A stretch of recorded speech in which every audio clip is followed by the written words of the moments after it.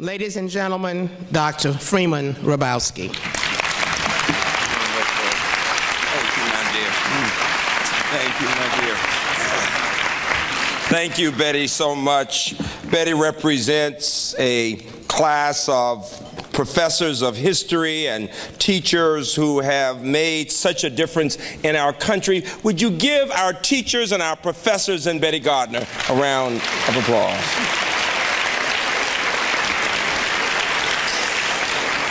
William Carlos Williams once said that it is difficult to find news in poetry, and yet men die miserably every day because of a lack of what is found there. And so I begin with words from the inaugural poem of Maya Angelou, amazingly 20 years ago.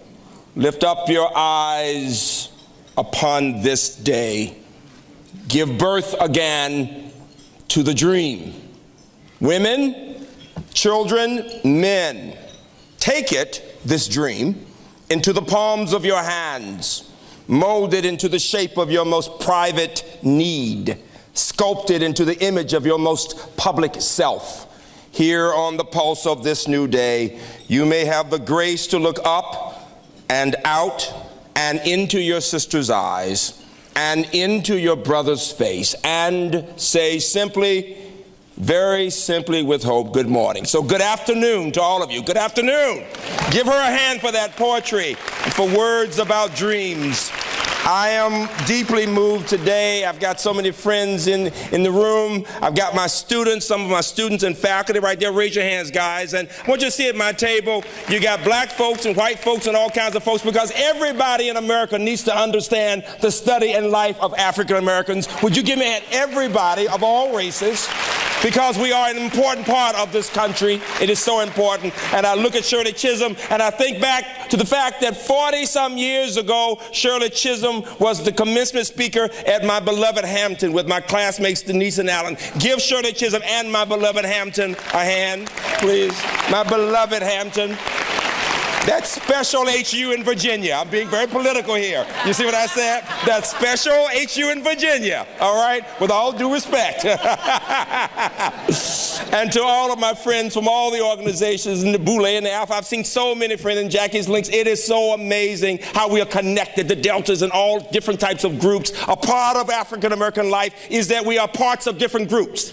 And there's an intersection among those groups. You can find ways in which people are connected. You know, I want to talk for a brief time, 15, 20 minutes at most, about the idea that the way we think about ourselves as a nation, as a people, the language that we use as we express what we believe, the way we interact with each other, the values that we hold will indeed shape not only who we are today, but who we will be in the future. I am so deeply moved today because I can think back to being that 12-year-old child in 1963, and sitting in the back of the church, not wanting to be in church in the middle of the week. What child wants to be in church in the middle of the week? Let's be honest. And I'm sitting, Jasmine and Janine, the little kids here, friends of my nieces, they heard what I said. And here's what happened. I'm sitting back there and my parents have placated me by allowing me to do the two things I love to do. My fellow math major, Alan, will appreciate this. I always got goosebumps doing math, and I love to eat. So I was a fat little kid getting fatter and smarter all the time. And I'm eating my M&Ms, the special kind with the peanut inside, and doing my math. And I hear this man say, and if the children participate in this peaceful protest, all of America will understand that our children know the difference between right and wrong, and our children want the best possible education. And I looked up and I said, who is that guy? And they said, of course, his name was Dr. King. And I'll never forget having that experience and my parents not wanting me to go, not because they didn't trust me, but because they didn't trust the people in the jail and how they might treat me. And remembering that very difficult week there. And I remember in the middle of the week, Dr. King and all of our parents were outside the jail, and imagine hundreds of little children of color looking behind the bars, locked up, because all we said was we wanted to have a good education. We wanted our good teachers to have the resources that other people had. We were tired of the hand-me-down books. And for that, they put babies of America in jail. Imagine, I think back to little children younger than me, looking out the window when Dr. King said to all of us, what you do this day will have an impact on children who've not yet been born. And I thought to myself, there's something about that that's so special. I didn't even understand the significance, the profundity of his words. That period in the 63 period, from the Children's March and all the other ways in which so many people gave their lives and sacrificed, and the March on Washington, and all those things that led to the amazing 1964 decision made because all of these people, blacks and whites and large numbers of African Americans in the South, had said, no longer will we accept this second-class citizenship. Imagine what happens to a child who is told in so many ways that he is less than other people. We never know the impact of our unspoken words on children. And so today, when I think about what has happened for all of us who were in the world in 63, and that's the first point I want to make, that we who are older must understand that most Americans today had not been born in 1963. And so their understanding of what we may have gone through is a matter of reading something in a history book, the way we read about the Civil War. I didn't realize that 2/3 of Americans were not in the world. Watch this. How many of you in this room had not been born in 1963? Raise your hands. You get my point that the majority, now some of y'all lying, but that's okay. Just kidding, just kidding, just kidding. Little humor, little humor. My colleagues at UMBC know that. Wait a minute. Little humor, nothing wrong with that. Wait a minute. But the idea is that we from different generations must take the time to find ways of connecting with other generations. And the lesson from that period for me was that children can be empowered to believe and to know that they can make a difference in their own lives. It's so important. Give me a hand for that idea of empowering children to make a difference in their own lives. What Dr. King's message, but that of so many people who were leaders, was this, that the world of tomorrow can be different from the world of today, that we do not have to accept all that we see today as what will be there tomorrow. And the challenge is to think about how our history has moved us to this point. Because you see, 50 years ago, we could not have sat in this place. It is so important. Our grandparents and our parents worked and cleaned other people's bathrooms so we could sit in this place. Give our grandparents a hand. It's because of them. It is so significant. You know, what I really appreciate about Carter G. Woodson and people like John Hope Franklin is that they understood that our history is about more than individuals. That it's fine to celebrate some individual, they're wonderful, but that the life and history of our people, of every one of us, should be understood to be a major piece of what it will take to make a difference. And so I suggest to you, we are all leaders. Give us a hand for the responsibility that everyone in this room has for making a difference in the lives of other people. And so I want to talk, you know, I often say my campus is a special place. We were the first campus in the state of Maryland, founded at a time, interestingly enough, the same time I was in jail, the legislature was approving the founding of my university, 1963. So we were the only campus in our state, founded at a time when kids of all races could come there. We are a campus today with students from 150 countries. I've got alums in the room and parents, and we're very proud. And we lead the country among predominantly white universities in sending blacks on to PhDs and MD PhDs in science and engineering. Big deal in America, big deal. And it has to do with everybody on that campus, my students of all races, my faculty of all races, believing that we want to produce students in the humanities and social sciences and sciences, and that we have to work as a community to do that. But I want you to think about that 1964 period, that Civil Rights Act, the idea that amazing, it didn't just happen. There were a lot of people working of all races, a lot of agitation, a lot of questioning of what was going on. And by the time it happened, if you think about it, what is amazing is if you go back and read that history, you'll see that during the same month that John Kennedy was killed, 2 days before that, the House, that Judiciary Committee had just approved that Civil Rights Act. It was very interesting. And as soon as he was killed and President Johnson became president, Vice President Johnson became president, he took on that mantle of doing something about that. At the same time that a lot of leaders, a lot of black people and others were working to say we must continue to have change. And it took getting that passed, and amazingly having it passed in February of '64 for the House side. Now, what's interesting is the Senate side, the more difficult side. Fortunately, the Speaker, the Majority Leader, Mike Mansfield, had to introduce a special motion to make sure they didn't just send it back to committee. Because 7 years before, that's exactly what happened, and it died in committee. And he was able to get that passed. And because of all of what had happened in that '63 period, all of a sudden, what we had was by literally, by June of 1964, by June 19th, all of a sudden, the Senate passed it, the House took their side, and July 2nd, it was passed. Now, most people didn't understand. It was a big deal. Give all of America a hand for the Civil Rights Act of 1964. Anybody who was here before that period understands the world was very different. Very, very different. Now, here's what I want you to think about. But there are individuals all over this country, in the Deep South and everywhere else, who made a difference. The Voting Rights Act, shortly after that, the Higher Education Act, all in '65, but because of the Civil Rights Act paving the way. I have a test for you today. I have a test. How many of you in here think you really know your Constitution? Let me see your hands. Students, my faculty, I'm sure they're raising their hands. Yeah. Better raise your hand and represent UMBC. Wait a minute. My grandmother lived in a little town called Wetumpka, Alabama. She was the wisest woman I knew. And she had a 6th grade education. And she had worked hard to educate my mama, who was an English teacher. And I would see my grandmother sitting at the dining room table with my mother, studying the Constitution. Because my grandmother wanted to pass the tests that she had to pass in order to become a voter. And my mother would say, "Mother, why don't you simply come and live in Birmingham? You can vote here." She said, "No, I grew up in Wetumpka. I was born in 1890, and I am going to be a first-class citizen in my town.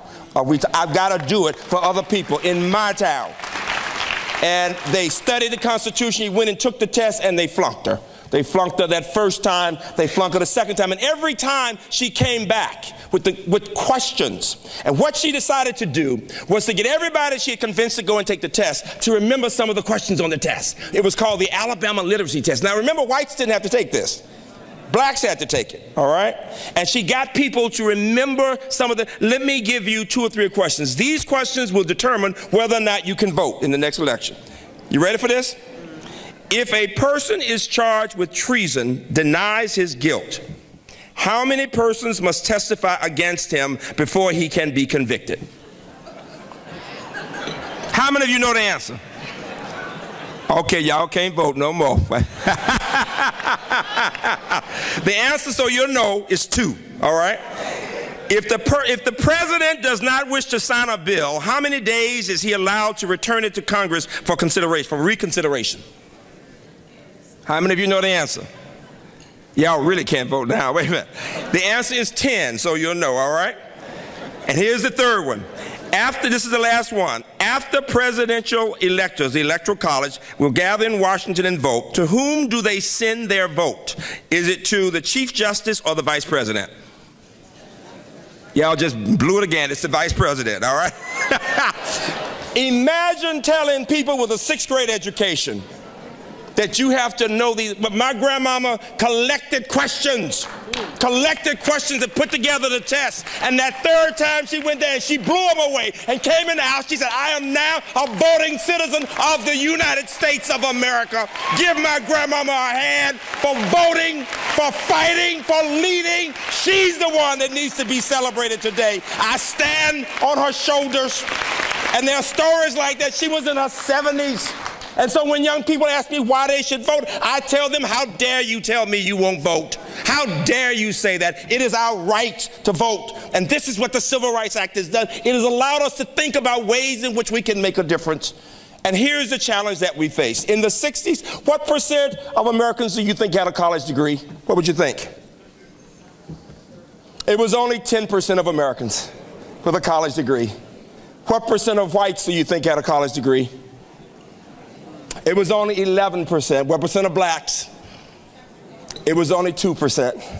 So when all of you who went to, some of us went to college in the 60s, we didn't realize the vast majority, 95+% of African Americans were not in college. Today, what percent have a college degree? What do you think? Of all Americans.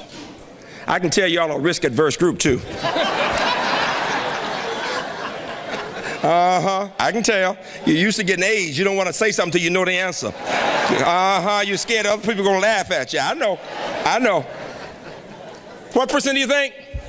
We just got to 30% for all Americans. 30%, all right. What percent of whites? It's about 35, 36%. What percent of blacks? We're now up to about 18%. What percent of Asian Americans?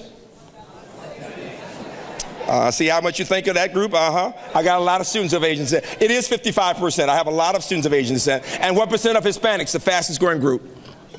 It's only 14%. You put it all together, here's my point. 2/3 of Americans of all races over the age of 25 do not have a college degree. The difference between the 60s and today is that one could get a good job in a steel mill, Bethlehem Steel in Baltimore, Stockholm Valley and Fittings in Birmingham, without having a college degree. But today, to get a decent job, you need some post-secondary education.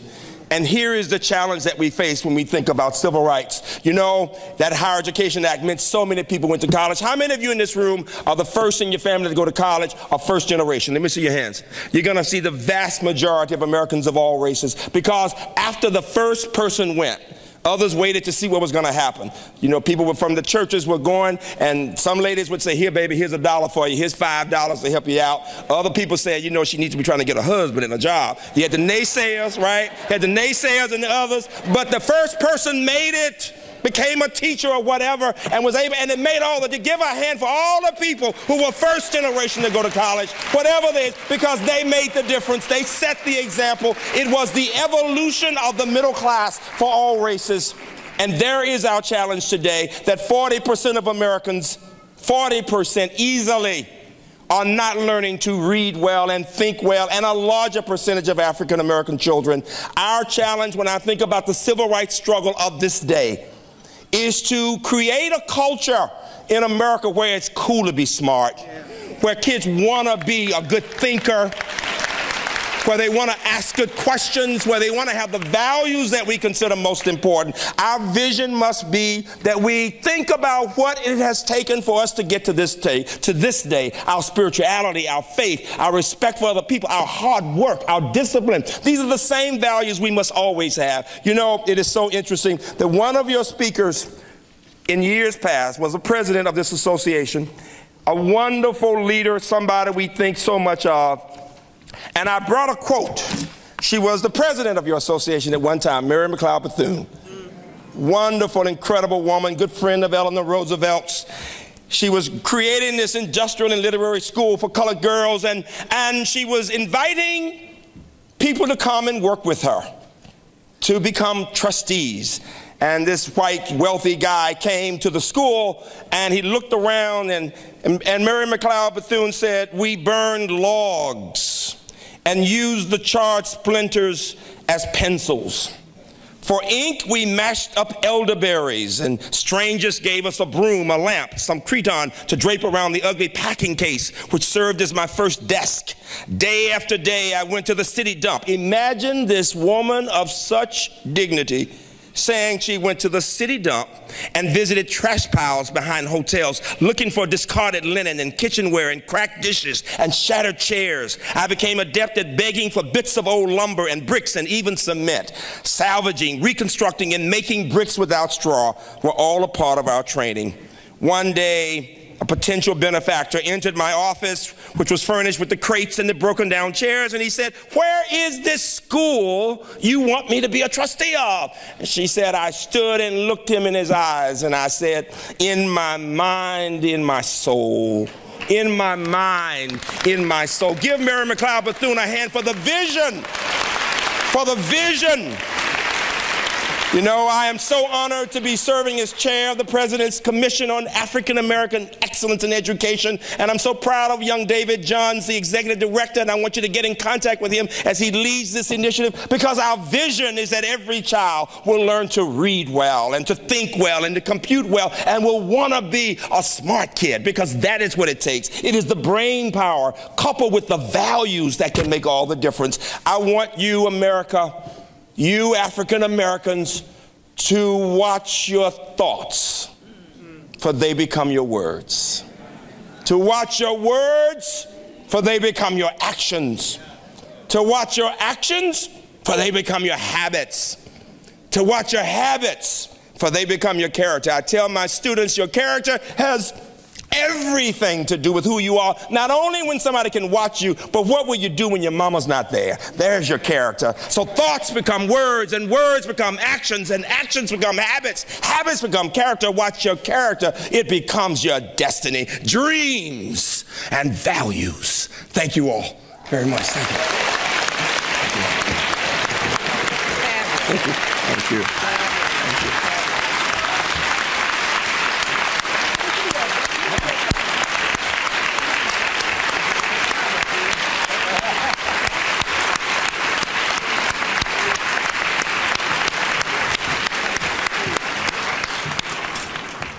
Wow.